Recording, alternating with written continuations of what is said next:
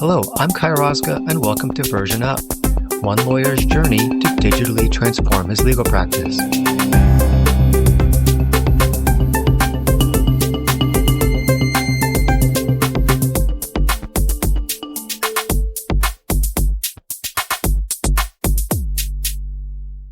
Hello, thank you again for joining me on my LegalTech journey. I hope you enjoy this episode, gain a few insights, but please don't take anything I say too seriously.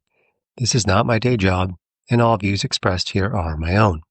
Today, I'm going to talk about some of the industry tailwinds that are driving legal tech adoption across the legal industry. Big picture, legal tech is here. It is here to stay. Legal tech is being deployed throughout the legal sector, both in-house at legal corporates, as well as law firms who represent multiple clients on an outside counsel basis. We are seeing positions being created and budgets being expanded to implement technological solutions in both of those sectors. And that is creating an intersection of technology, operations, and legal or compliance or risk. That is driving the need for people with expertise, and it's driving a need for money to resource those capabilities. And as that happens, we are seeing both in the legal corporate context as well as at law firms, a real Cambrian explosion of interest and demand for legal solutions that are powered by the current and latest technology that's available out there. So today I want to answer the question, what are the industry tailwinds that are explaining those big picture trends? But let me start by answering the question, why should you care about those tailwinds? Well, first of all, I think it would help you figure out if legal tech is right for you. I also think it will help you in pitching or selling the deployment of technology within your organization, whether you are a lawyer, whether you are in some sort of operational or other support function. All those involve having to ultimately sell someone on the idea that technology is a better way of doing things. I also think that understanding which tailwinds you find applicable to your circumstance will also help dictate what kind of tools you are deploying and the speed at which you will deploy them. So hopefully this also has some practical insights for you individually as you think about your individual journey deploying technology in your legal practice. I also think as a practical matter, advisors, particular lawyers like myself, have to admit that we seek strength in numbers, and there's often not a huge payoff of being first in. When it comes to changing something about your legal practice, there isn't always a clear reason to be the first one in, but there certainly is a downside to being late to the game or being the last one in. You don't want to be in that situation because you are going to find yourself struggling to keep up in a competitive legal marketplace. So there's a balancing act to be struck there, but the bottom line is you don't want to be maybe the first, but you don't want to be late. You want to be in the middle pack. And the result of that is you want to understand what our other practitioners who are similarly situated to you are doing when it comes to using technology in their legal practice.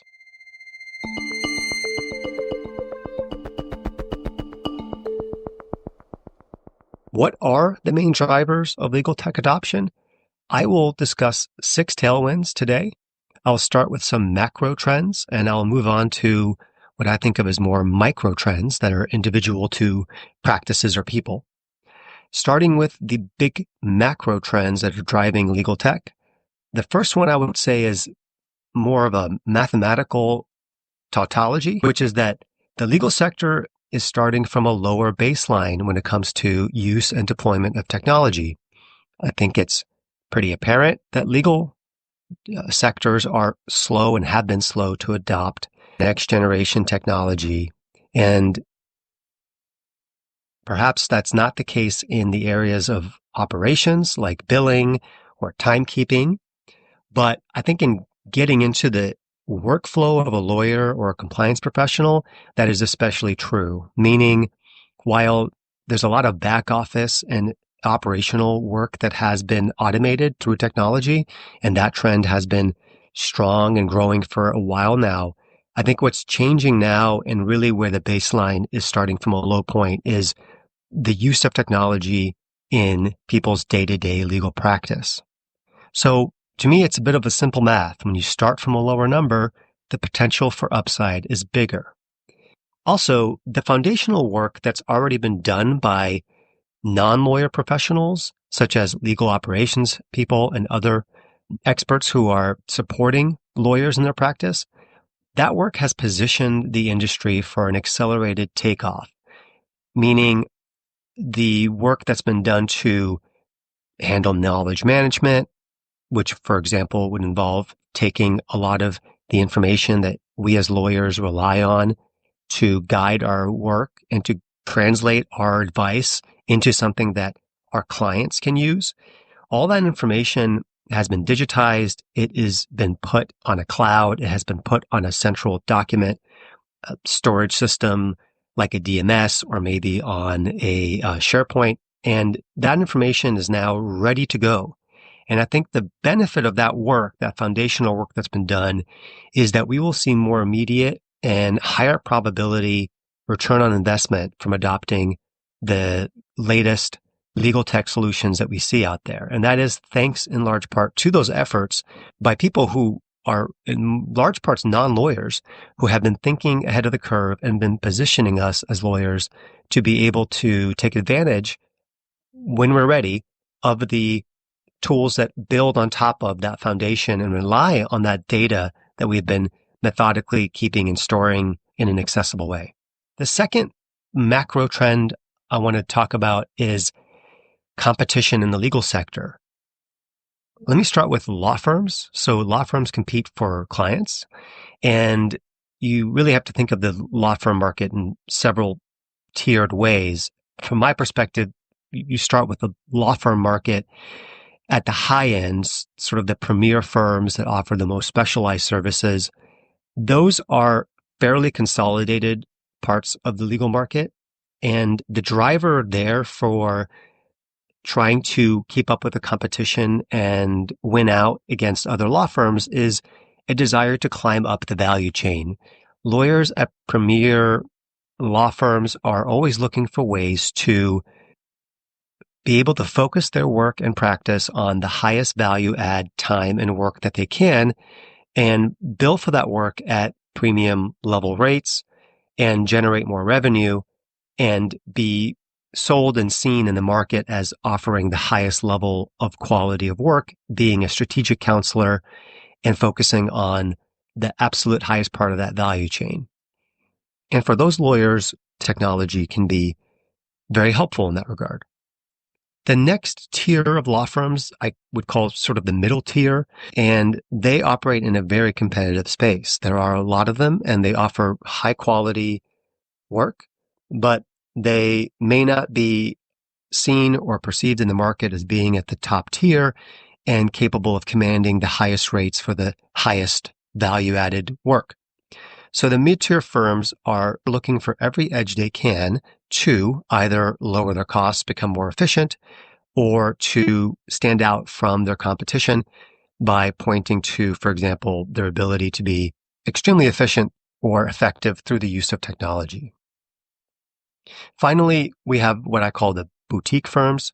So these are firms that specialize in particular areas of practice. And for them, to be competitive with the mid-tier firms, and maybe even in some cases the premier firms, they need to fill a resource gap. That resource gap is often in the form of talent. They often have much smaller practices than the other firms I've been talking about. And so to be competitive, they need to figure out a way to keep up with the competition despite having fewer people around to do all of the work that is involved in handling large matters. And so technology is an obvious path for addressing that need for boutique firms.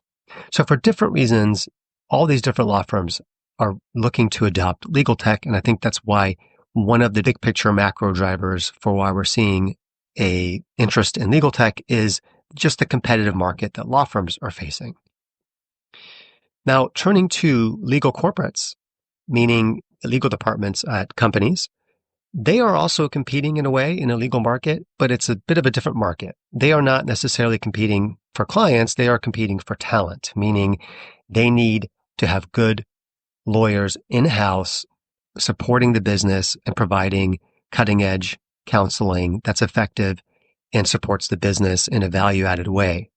And so the legal corporates are competing for lawyers or other legal professionals. To do that, they need to offer something to those lawyers that others maybe cannot. Lawyers spend a lot of money and time to get trained and credentialed. They also do rather difficult work in high stakes contexts. They can be involved in major deals, major litigations, major investigations. This means their skills are in high demand. There's a lot of competition for their work, meaning there's a lot of legal corporates out there that are hiring and looking for the best talent to help support their business.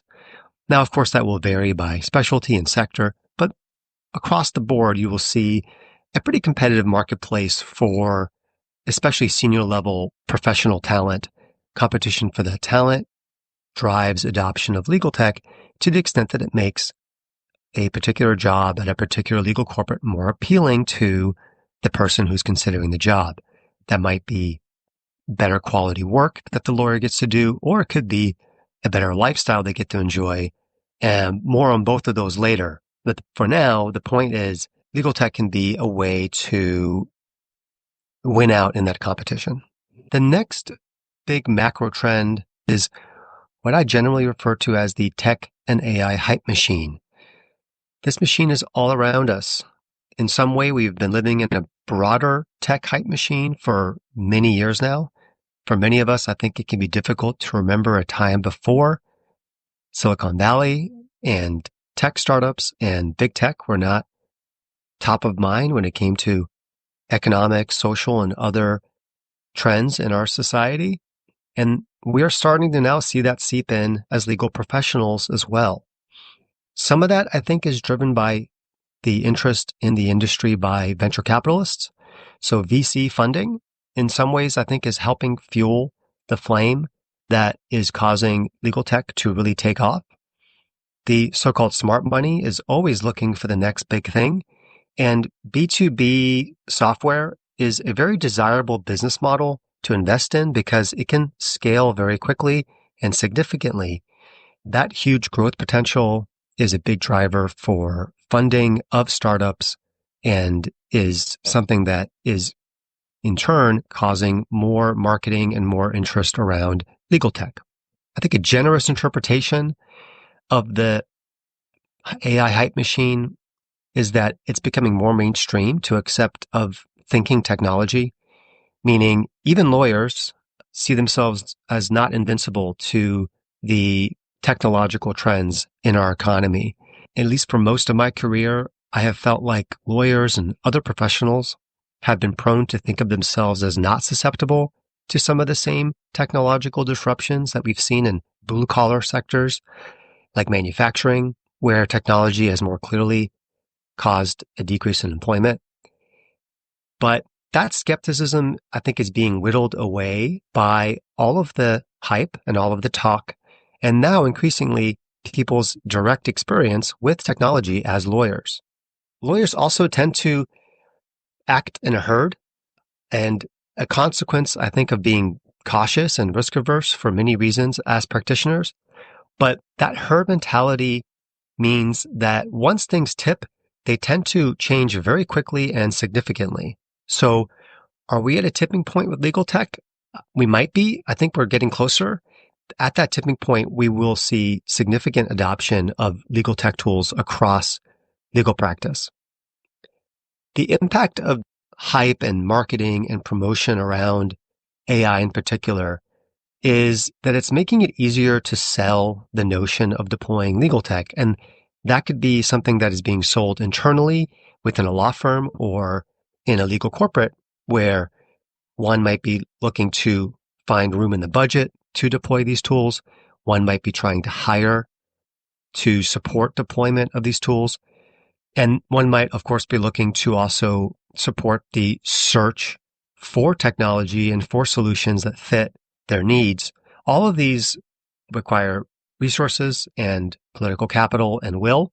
So being able to sell this technology as being effective and helpful is critical to getting the budget, getting the approval for hiring, being able to go out and deploy these tools. And I think that the general excitement and mainstream support for the notion that AI can be a helpful tool is helpful to those who need to convince their organizations to go out and pursue these sorts of options. What sort of products would you expect to enjoy the benefits of the tailwind that is the AI hype machine? Well, I think all of the products, frankly, but especially those that are genuinely AI powered would have a leg up in this moment. And I think we've seen that in how legal tech tools are being marketed. We see that in surveying the legal tech field and observing just how many of them are positioning themselves as AI powered tools.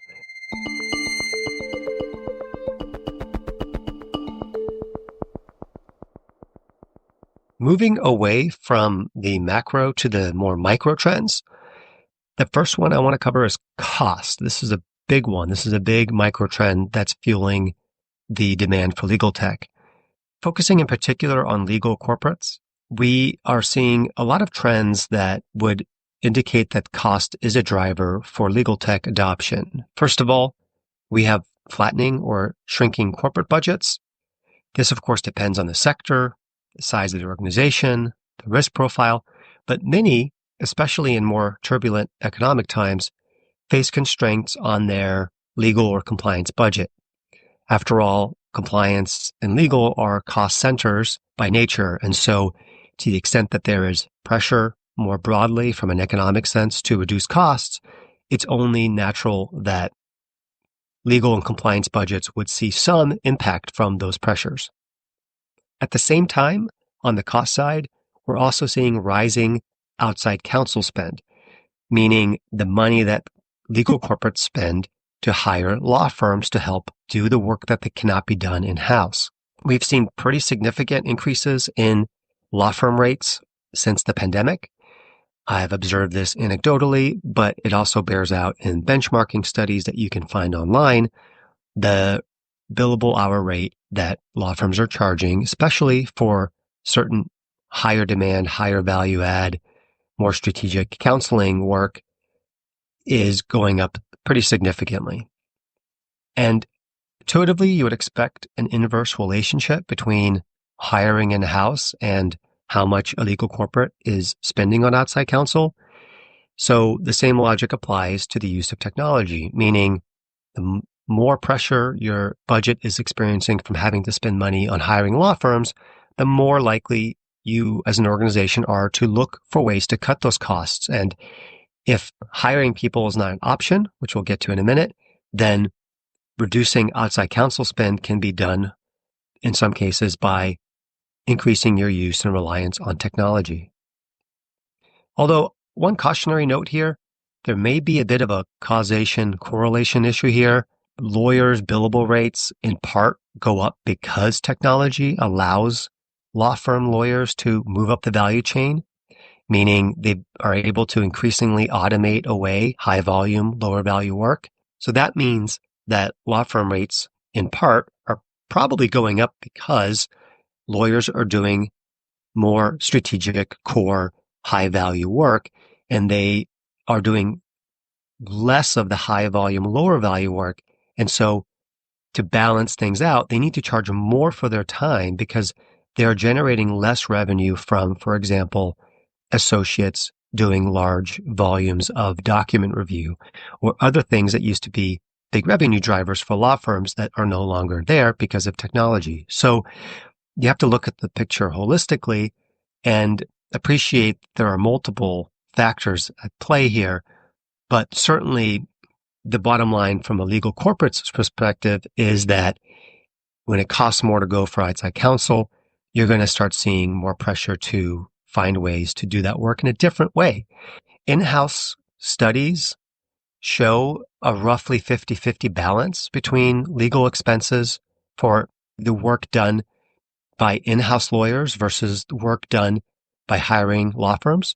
That's an interesting observation in my view, because it does suggest some level of rationality in trying to find the right equilibrium between the higher cost of going for outside counsel versus the option of hiring someone in-house. But again, as you see that equilibrium fall out of balance and you see a legal corporate that is seeing its proportion of spend go more and more and more into the outside counsel side of things, it's natural to expect them to either hire more people or think about whether technology can help them achieve some of those results as well. The other cost-related micro trend that I wanted to discuss are labor costs, and that is the cost of hiring in-house lawyers. So those costs have been increasing, and by some measures, they are quite high from the perspective of corporate budgets. So especially in sought-after specialties, areas where corporates are facing extra legal pressures. For example, that could be data privacy, that could be other regulatory areas, that could be my specialty, antitrust, areas where companies are facing a more complex, more risky legal landscape and environment. Those are areas where you will see the demand for in-house talent be stronger, and you will see that the cost to an in-house legal corporate department of hiring people is going to go up. So a recent survey showed that the cost per lawyer per hour is on a median level of $130 an hour and ranges from about $122 to $150. Of course, there's a lot of factors that depend on the size of the organization, which specialty you're looking at, the seniority of the lawyer. But if you just look at it in a broad stroke, you still get some sense for the fact that the work done in-house by a lawyer does cost the company a pretty meaningful amount on a per hour basis. And so again, if those costs are going up, then just like if outside counsel costs are going up, then you're going to expect organizations to think of other ways to try to address their legal needs. And technology seems like a natural fit for being a potential solution to that problem. What sorts of legal tech products would address the micro trend that has to do with costs? I think clearly those that help reduce the costs that legal corporates are incurring to obtain legal services are going to be front and center. So for example, software that optimizes outside counsel spend, you would expect that to be something that would help reduce one of the key drivers of spend that legal corporates experience in hiring law firms. Similarly, tools that automate high volume, low value tasks of legal or compliance professionals would also be something you would expect to see adopted in response to the cost pressures, because if you need fewer people to do the work, then that reduces your spend on in-house lawyers as well. The second micro trend I wanted to discuss today is efficiency. And here I mean efficiency separate from cost savings. If you look at the studies of legal corporates in particular, and also some studies that look at law firms, you will see that simplicity and timeliness is top of mind.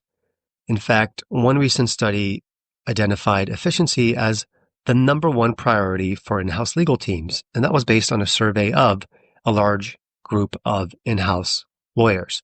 Notably, the number two priority in that survey was identified as using technology to simplify workflow and manual processes. So what do those two results have in common? Well, they have in common that there is a demand for increased efficiency for legal work. At the same time, there's a growing demand for legal services at a time where the capacity to provide those legal services appears to be shrinking, especially in legal corporates. Studies have shown that 83% of legal departments anticipate continued growth in demand for legal services, and that managing the workload and bandwidth of internal resources is the top challenge identified by 63% of legal departments. 82% of legal departments surveyed reported that legal function workloads increased either somewhat or significantly over the last 12 months. And 76% indicated a headcount freeze in their legal department was likely or already happening.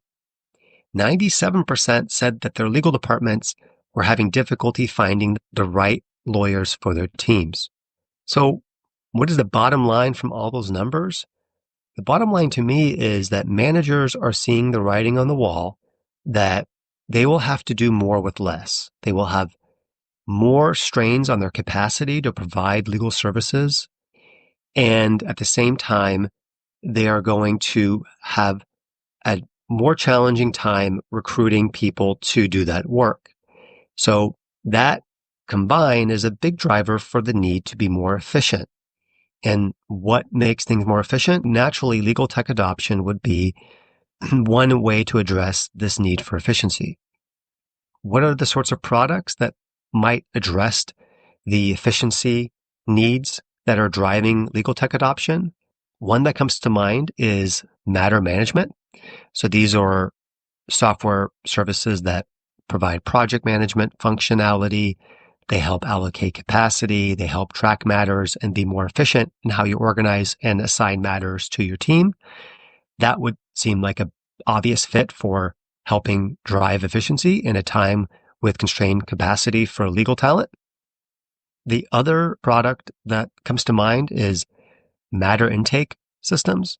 So these are systems that help automate and streamline the process of a business person finding an answer to a legal question that they have within an organization. For example, if a business person needs help with a contract, they're able to get to a lawyer to help them quicker and reduce the friction that they experience in getting an answer to their legal questions. That would seem to be a pretty good fit for helping to drive efficiency and eliminate wasteful back and forth and time lost in trying to connect the question to the person with the answer.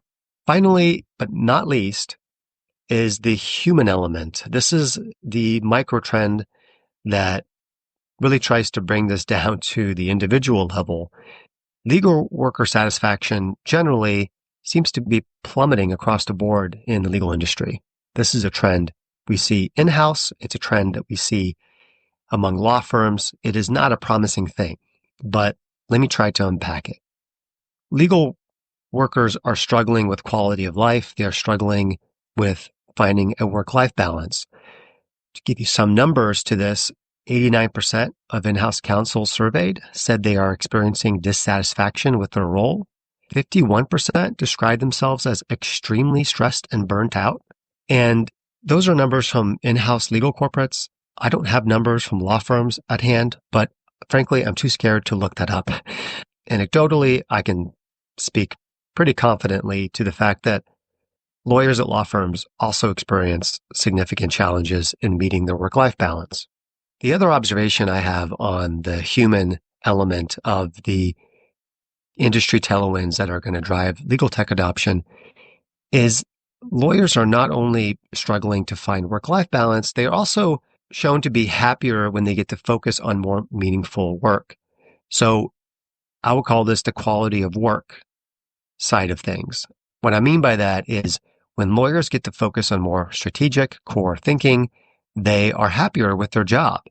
One survey found that 77% of lawyers that responded view time spent on manual daily activities detracts from their ability to work on larger business goals and deliver services in a timely manner. That tracks my anecdotal experience observing other legal professionals and talking to legal professionals during my career. The best part of seniority is moving up the value chain. It's in getting to do more interesting work, being in the room when interesting or important decisions are made. It's less about the money and status for most people. It's more about the quality of the work they get to do. I think both of those things, quality of life and quality of work, are big drivers that will promote the use of technology, because to the extent that we can make lawyers' work more efficient, less tedious, more enjoyable, that would be very well received among both lawyers, but also the legal corporates or law firms which are trying to hire or retain those lawyers. and therefore be able to promise them that they will not be sacrificing their lives to do the job, or they won't be dealing with the drudgery of day in and day out legal practice.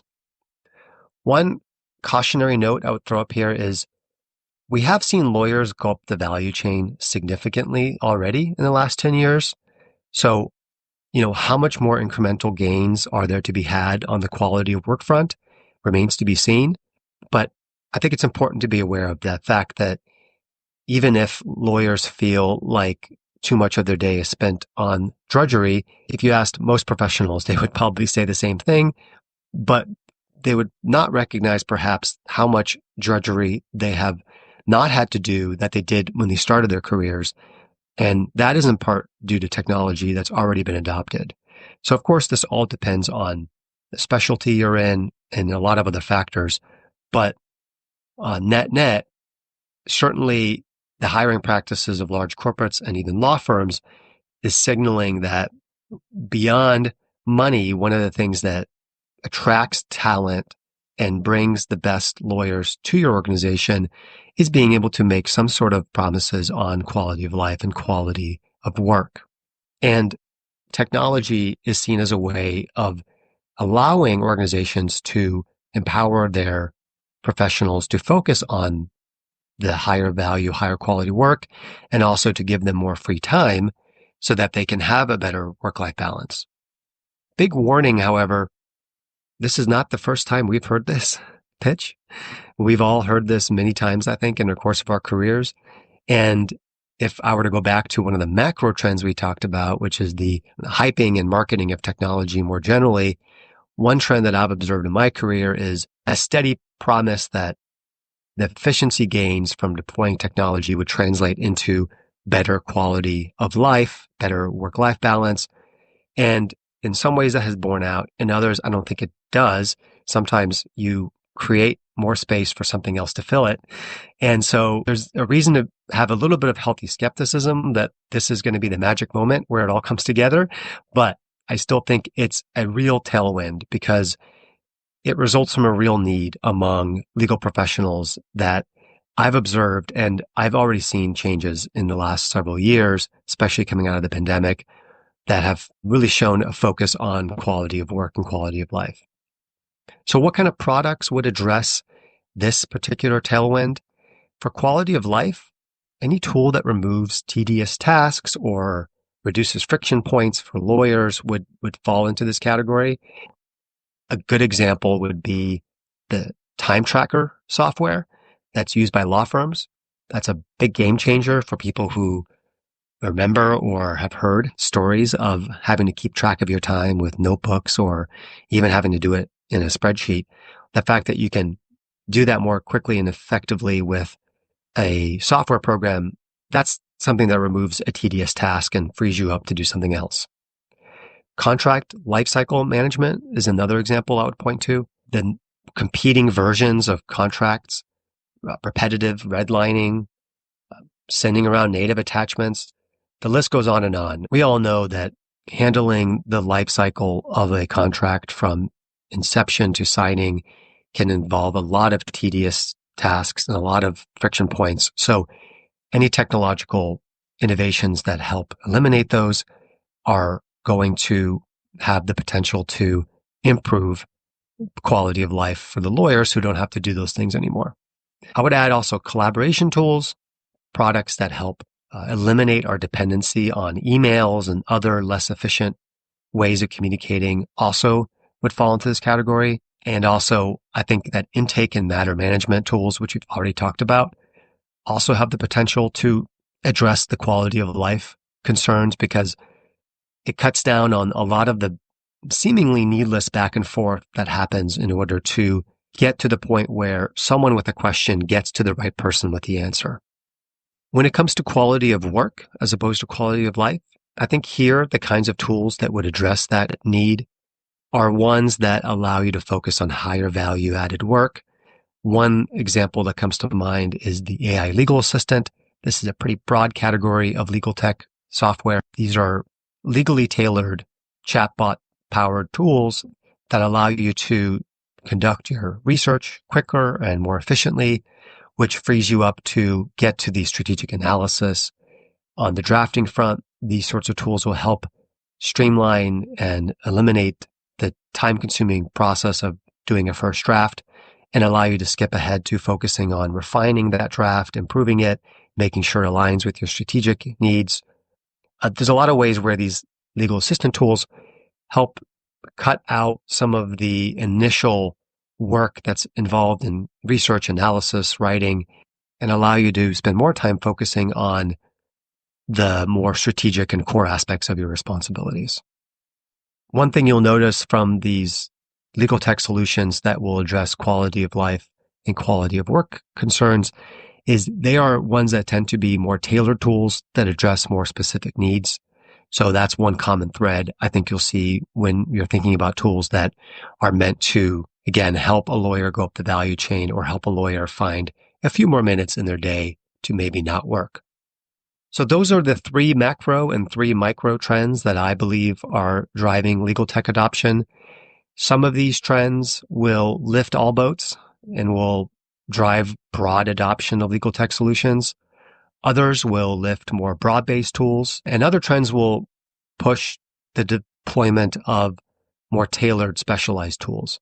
But the bottom line is there's a lot on both the supply and demand side driving adoption of legal tech in our near term, and probably see an acceleration of the adoption of legal tech in the medium term. Thank you for listening to this episode of Version Up. If you have comments or questions, you can reach me at kairozga@gmail.com. This podcast has been bootstrapped by me, Kai Rozga, with music by Brett Ryback.